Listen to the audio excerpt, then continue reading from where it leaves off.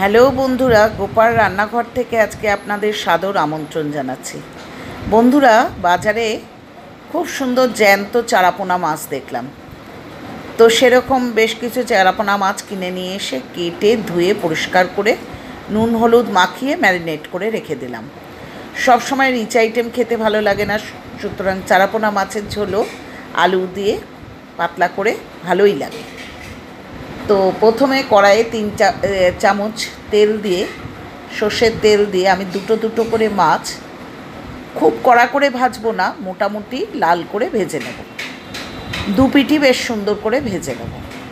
দেখুন বন্ধুরা, আমার মাছ ভাজাটা হয়ে গেছে। এবার আমি মাছটাকে তুলে একটা পাত্রের মধ্যে রেখে দেব। ঠিক আছে বন্ধুরা, রিচ আইটেম সবসময় খেতেও ভালো লাগে না, খাওয়াও উচিত নয়। সুতরাং এই চারাপোনা মাছের ঝোল কিন্তু শরীরের পক্ষে যথেষ্ট উপকারী। এরপর দেখুন আবার দুটি মাছ এইভাবেই কড়াইয়ে দিয়ে দিলাম, দিয়ে এইভাবে এদিক ওদিক করে, অর্থাৎ এপিট ওপিট করে মোটামুটি লাল করে ভাজলাম। তবে খুব কড়া করে ভাজবেন না, তাতে জ্যান্ত মাছ এটা ছিবড়ে হয়ে যায়। এবার অবশিষ্ট তেলের মধ্যে আমি আলুগুলোকে ছেড়ে দিলাম। বেশ একটা বড় সাইজের আলু কেটে নিয়েছি। এবার আলুটাকে নুন হলুদ দিয়ে মাখিয়ে ভালো করে ভেজে নেব। ঠিক আছে, দেখুন বন্ধুরা, আলুটাকে আমি কড়াইয়ের মধ্যে ভালো করে ভেজে 1 চামচ জিরে দিয়ে দিলাম, অর্থাৎ সাদা জিরে দিলাম ফোড়নে। তারপর ভালো করে আলুটাকে ভাজা হলো, জিরেটাকে ভাজা হলো। এরপর আমি 2-3 চামচের মতো আদা বাটা দিয়ে দিলাম। আদাটাকেও খুব ভালো করে ভেজে নিতে হবে, কারণ কাঁচা গন্ধটা থাকে।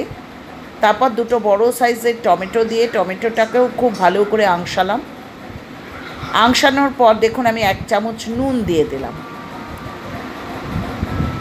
আর দেবো হচ্ছে বিভিন্ন মশলাগুলো এক এক করে, অর্থাৎ হলুদের গুঁড়ো 1 চামচ, লঙ্কার গুঁড়ো 1 চামচ, অর্থাৎ কাশ্মীরি লঙ্কার গুঁড়ো 1 চামচ, 1 চামচ ধনের গুঁড়ো এবং 1 চামচ জিরের গুঁড়ো। প্রত্যেকটা মশলা আমি খুব ভালো করে আংশে নিলাম। আমি এই পর্যায়টার উপর ভীষণ গুরুত্ব দিয়ে থাকি। তারপর অল্প গরম জল দিয়ে আমি মশলাগুলোকে খুব ভালো করে কষাতে লাগলাম। একবার দুবার আমি এইভাবে বারবার করে জল দিয়ে দিয়ে মশলাটাকে কষাতে লাগলাম।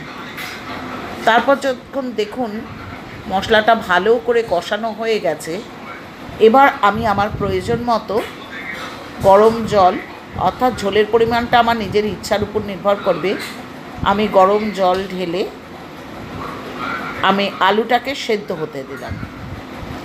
বন্ধুরা, এই যে যখন আমি গরম জল বা ঝোল ঢেলে আমি আলুটাকে সেদ্ধ হতে দেব, তখন তাপমাত্রাটা কিন্তু আমি অবশ্যই মিডিয়াম ফ্লেমে রাখবো।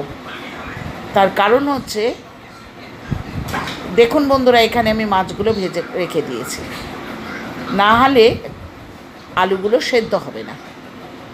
হয়ে গেছে আমার মশলা কষানো। এরপর আমি আমার প্রয়োজন গরম জল ঢেলে, অর্থাৎ ঝোল ঢেলে আমি ঝোলটাকে ফুটতে দেব। এই অবস্থায় কিন্তু আমি মাছ দেব না, আগে আমি ঝোলের মধ্যে খানিকটা বলক উঠতে দেবো বা ফুটতে দেবো। এরপর একটা একটা করে মাছ আমি ঝোলের মধ্যে দিয়ে দিচ্ছি। আর এই পর্যায়ে আমি 4-5টি কাঁচা লঙ্কা চিড়ে দিয়ে দিলাম। দেখুন বন্ধুরা, একটা একটা করে মাছ আমি ঝোলের মধ্যে ছেড়ে দিচ্ছি। এই মাছের ঝোলটি খেতে কিন্তু যথেষ্ট সুন্দর লাগে, কারণ জ্যান্ত মাছ এর স্বাদই আলাদা। হয়েছে বন্ধুরা, দেখুন। এরপর উল্টে দেব, দিয়ে মাছের ঝোলটাকে খানিকক্ষণ আমি ফুটতে দেবো। দেখুন ধনেপাতা ওপর থেকে ধনেপাতা কুচি ছড়িয়ে আমি নামিয়ে দিলাম। বন্ধুরা, আমার এইভাবে চারাপোনা মাছের ঝোল, অর্থাৎ আমি 6টি চারাপোনা রান্না করেছি, এখানে 3টি দেখাচ্ছি। এরপর অন্য পাত্রেও আমি আর 3টি রেখেছি, সেটাও আমি দেখিয়ে দিচ্ছি। সুতরাং এইভাবে আপনি পরিবেশন করবেন, গরম ভাতের সাথে খেতে এই ধরনের চারাপোনার ঝোল যথেষ্ট ভালো লাগে। এখানে দেখুন অন্য পাত্রতেও 3টি রেখেছি। বন্ধুরা, আবার বলছি, যে আমি অত্যন্ত সহজ পদ্ধতিতে বিভিন্ন রান্নাগুলো করে দেখাচ্ছি। যদি আমার চ্যানেলটা পছন্দ হয় লাইক করবেন, আর পাশে থাকা বেল আইকনটা অবশ্যই প্রেস করবেন, যাতে নোটিফিকেশান হিসাবে আপনার কাছে প্রথম যায়। আজ আসি, পরের দিন আসবো অন্য আইটেম নিয়ে।